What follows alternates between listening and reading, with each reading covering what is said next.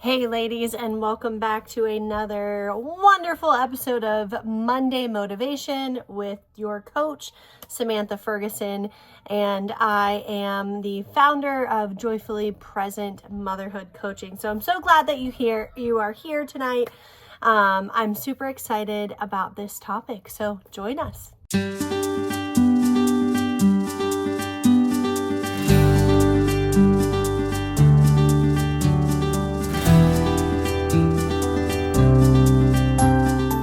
Tonight's topic, if you are listening to this with littles around, you might want to pop in your earbuds because we are going to be talking about the S word, sex. So if you haven't seen my video, I did a video months ago about talking to your children about sex. So if they happen to hear you listening to this or whatever, I will link that in the description below. So that you can know how to teach your children about sex in an age-appropriate way. As I do these YouTube videos, I take notes so that when I'm doing my descriptions that I have everything written down. So I'm going to grab a piece of paper and write as I go. Okay, so we are going to be talking about sex. And we are going to be approaching it from why it is so essential to have a good sex life and how that really builds a good, healthy, and strong marriage. I know that this can be a super sensitive subject because number one, of the intimacy of it. It's kind of uncomfortable to talk about and weird and that kind of thing, but that's why it's so important, especially as Christians, because God created sex and the world and culture has completely demoralized it and ruined God's design for what it is. But his purposes still stand, and his design for sex is still true and right, regardless of what the culture tells us sex is and how we should handle it. So we are going to, in this video, get rid of some of those things that are ruining sex in our marriage and how it can make it strong. But also, I know that within that design, because it is so intimate, it also has the power to have so much hurt and baggage with it too. And that's obviously outside of God's design, but it still happens. So if that is you and you are watching this and this has been a sticking point for you, know that my heart goes out to you. And I fully believe that God's healing can restore your marriage, can restore your hurt that you have gone through, and all glory to him when you turn those things to him and turn the hardships that he can turn those hardships and those hurts for good. So I'm not going to be touching on that, but please know that I am sensitive to that and I'm aware that those things happen. And it's all the more reason of why this video is so important, so that if there's anything within our power as wives and mothers to prevent those things from happening, we can. But obviously we could do everything right, and our husband is unfaithful or has an addiction or something, and there's nothing that we could have done differently. So if that is you, know that it is not always your fault either. So with all that being said, also plug for why we are talking about this is in my book club. We are currently going over Sex Begins in the Kitchen, creating intimacy in your marriage to make your marriage sizzle. So this has been a super fun book. We have one book in. My book club is free, so I'll include the link below so that you can jump in at any point. Anytime you want to jump in, you can. Obviously, each week we go over certain chapters, but feel free to hop on and join us at any point. It's free. And then I have an inner coaching circle after the book club that is a paid subscription, and we kind of delve into more specific issues of what people may be going through. So it's a great way to learn and grow together, and also get some specific help and specific questions that you may have. So my first point in why intimacy is so important. Well, let me give this analogy first. And I think I say this in that kid video too, where I talk about talking to your children about sex. And that sex is kind of like a fire. When the fire stays in the fireplace, God's design, okay, the fireplace, it creates warmth. It literally will heat a house. It creates light. How many times, like if you're at a campfire or something and you're like huddling close to the fire to see how to make the s'more or whatever you're doing, right? It creates light. It heats the room. But what happens when that fire gets outside of that fireplace, outside of God's design? There's literally destruction. It burns down houses. Have you seen I'm sure that you guys have seen the wildfires the past several years that just completely demolish towns, and it's horrendous what it does. So that is kind of what God's design for sex is when it's in the fireplace and used in the way God created it, then it brings so much warmth and light and love to a home, versus when it's outside of that, it's very, very dangerous and harmful and destructive. So it's important that we have to know how God designed it and what we're supposed to do with that and what that's supposed to look like. So that's kind of what this video is specifically going to be about, why it's so important to follow God's design, what that looks like, and how we can apply that in our marriage to strengthen our marriages. So I have notes down here too, so don't mind me if I'm looking. So number 1, sex creates and reinforces bonding. Okay, God designed, it's like one of the most precious gifts that God has given couples is the gift of sex. And it's really, really good. He knows that it unites a man and a wife. So in Genesis 2, so at the beginning of the Bible, Genesis 2:24, it says that a man will leave and cleave to his wife, and that the two will become one flesh. So obviously they're talking about sex becoming one flesh, and it's God's design.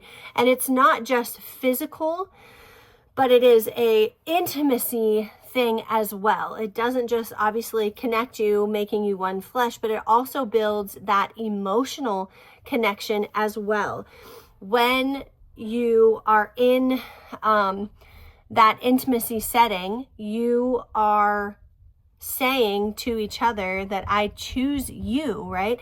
I'm safe with you. I want you. And then you fulfill each other's, and this is the way it should be, is that we don't enter sex in a selfish way to get something out of it, but it is a self-giving way of how can I please you. And when both partners that's their number one goal, is to please the other one, then usually we both come out satisfied and feel loved and not feel used and abused. So it's not only physical, but it's also mental and emotional. So the reason that sex strengthens the marriage is obviously because, one, God gave that to us as a gift, but also it's an expression of the covenant that we have made and the commitment that we have made to each other. It is exclusive. It is only for one man and one wife. This is something that Dr. Kevin Leman talks about in the first or second chapter, where he says that sex should be exclusively between one man and one woman. And he said that there's, you'll have these couples that will say that they are perfectly happy when they both are free to go and have intimacy with other couples. But that is not how God's design is. He did not say to become multiple one fleshes, right? It's one man and one woman committed for life. till death do you part, to be committed to one another. A great verse for this is Matthew 19, and I'm paraphrasing, but 4 through 6, and it says, the two shall become one flesh. What therefore God has joined together, let man not separate. So we have to, I should do a video of like affair proofing your marriage or things, but that phrase of let no man separate, know that it really does begin with you. Hang on one second. Okay, I'm filming a video, okay? Okay, say hi. Can you say hi? Okay, go play until I'm done. Yeah, Daddy's downstairs. Go play until I'm done, okay? Okay, but you have to be quiet then, okay? So don't let other people separate that and tempt you. And also know that Satan's biggest attack is on marriages, because when marriages split up, then the children are hurt. And when the children are hurt, then it breaks down everything. So that is Satan's number one thing that he attacks is marriages and families. Because when you have a strong marriage, you have a strong family. When you have a strong family, you have strong churches. When you have strong churches, you have strong communities. When you have strong communities, you have strong government. And when you have strong government, right, it's really, really good to have a strong government to protect yourself from the evils of this world. And it's really great, versus when that breaks down, then everything else is a trickle effect. So if Satan can get to the marriages, he can do a lot of damage. Okay, so a couple tips.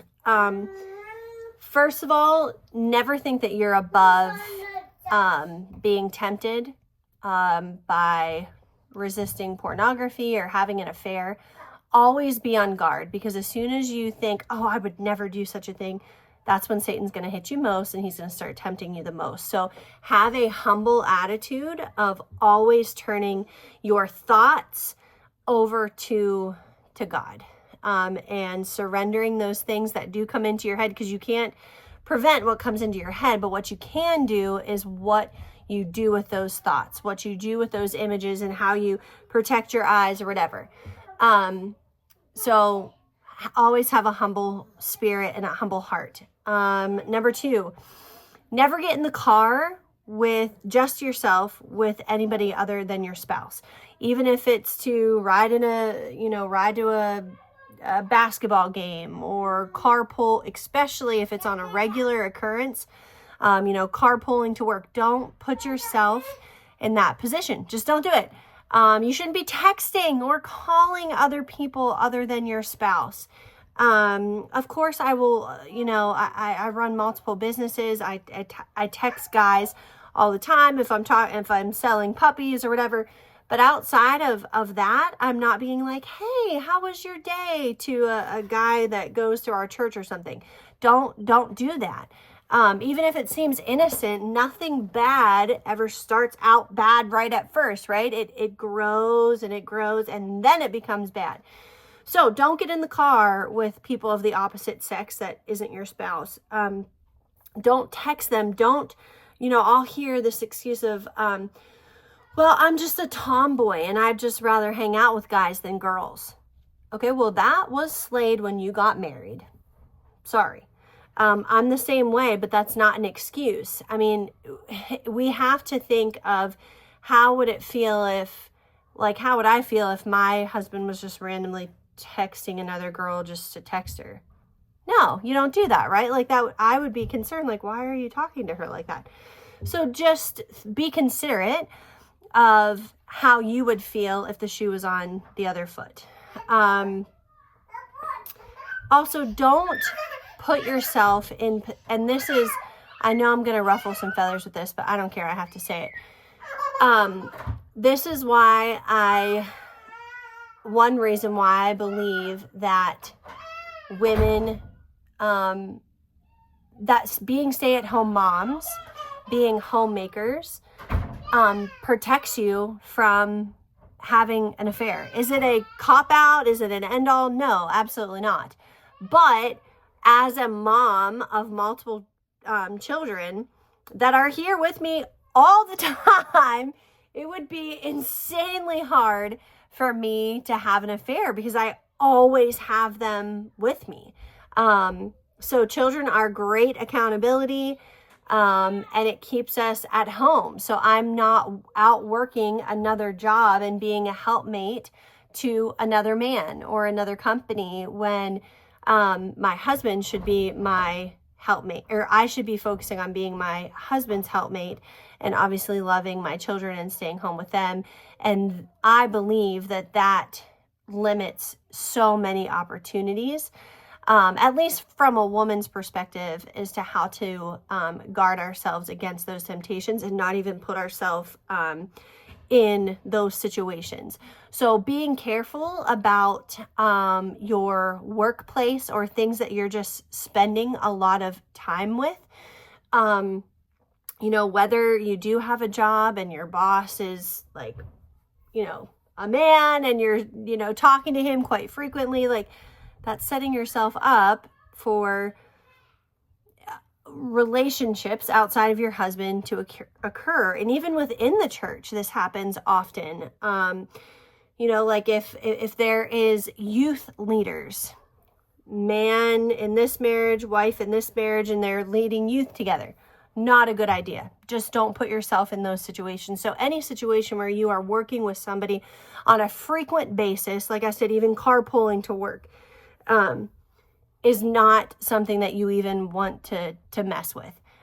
So put those safeguards in your marriage and those boundaries to protect yourself, again, before it escalates and gets into something that you don't want to deal with.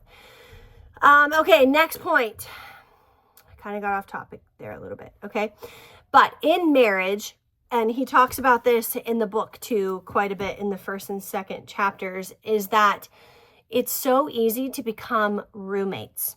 Very quickly, you're having children and paying bills and taking care of the house. And a lot of times that intimacy tends to go out the window. So we need to make sure that when we prioritize the reason that we need to prioritize sexual intimacy is to prevent that from happening and us drifting away from each other. So scripture that I have for this is 1 Corinthians 7:3-5. And again, I'm paraphrasing, but husbands and wives are instructed not to deprive each other so that they aren't tempted. Fact, guys, is that God created us sexual beings. That's just the way he created us. So we can either understand that we were created that way and honor that, or we can try to fight it and ignore it. Which he also talks about this a little bit, is that there's this new thing, I guess, called like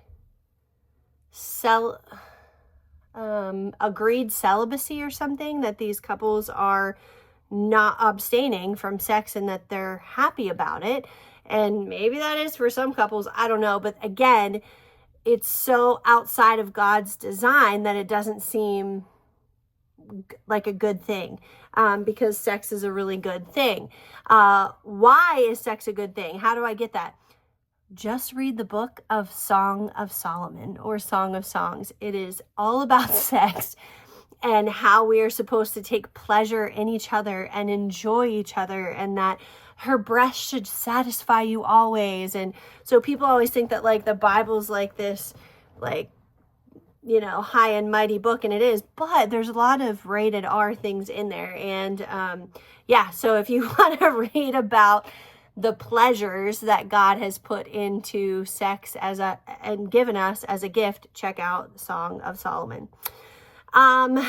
It also helps regulate conflict and stress. Is this your go-to? Absolutely not. But if you are not having sex on a regular basis, I would say you need to check yourselves and make sure that usually that's a red flag that something's not right, that you're not connecting emotionally. Ephesians 4:26 says, don't let the sun go down on your anger. Another one is Proverbs 17:22, a cheerful heart is like good medicine. So it should be a space and an atmosphere that you enjoy each other. And again, that goes back to both of you being in 100% and not this, and wanting to serve the other and not like, what can I get out of this? If you both are doing it to please the other one and to make the other one feel chosen and pursued and cherished and loved and all those things, then you're both going to come out satisfied, whether physically, emotionally, mentally, all the things. But your marriage bed should be a place of fulfillment, that you guys serve one another. And then that, reduces stress. I don't know if you've done any studies, which maybe I should have include some links and stuff, but even from a scientific standpoint, somebody who has sex on a regular basis, like men, live so much better. They're, don't quote me on this, but I know I've read studies about this where like their chances of testicular, that's it, cancer goes way down. All kinds of things. Look up in the woman's health, how sperm in her vaginal canal can help her with her health and prevent ovarian cancer and cervical cancer. Like it's unreal. Even stress levels, good sex, committed sex between a man and a wife lowers stress levels. So that's huge. We already talked about how when we come into it to please one another, that it creates that security and comfort within the marriage, that it's a safe space. And then, so I know I've talked about a little bit about, like, I think they're called swingers. I don't know. I'm not always up to like the most modern terms or whatever, but like swingers are like when you agree to have sex, like your marriage partner agrees that it's okay to have sex outside of that. Which I think JJ even told me that once he saw like this Christian swinger group, exercise group or something, and he was like, what is this? But anyway, that is not God's design, or celibacy. That is not God's design either. If he called you to a life of celibacy, he did not call you to be married, y'all. So a couple scriptures on this is that it's supposed to be exclusive. First of all, I already stated it a little bit from Genesis 1:1, and that a man shall leave his mother and father and cleave to his wife, and they will become one flesh. Not multiple one fleshes, one flesh. Hebrews 13:4 says, let marriage be held in honor among all, and let the marriage bed be undefiled. Proverbs 5:18 and 19. Rejoice in your spouse and be satisfied in love. So God protects this because he tells us to protect this, because it is something he created that is so powerful and sacred and meant to strengthen our marriages. So I hope that that encouraged you guys. I hope that you see the importance of it. And I'm going to give you, I'm close my notes. I'm going to give you a call to action on this.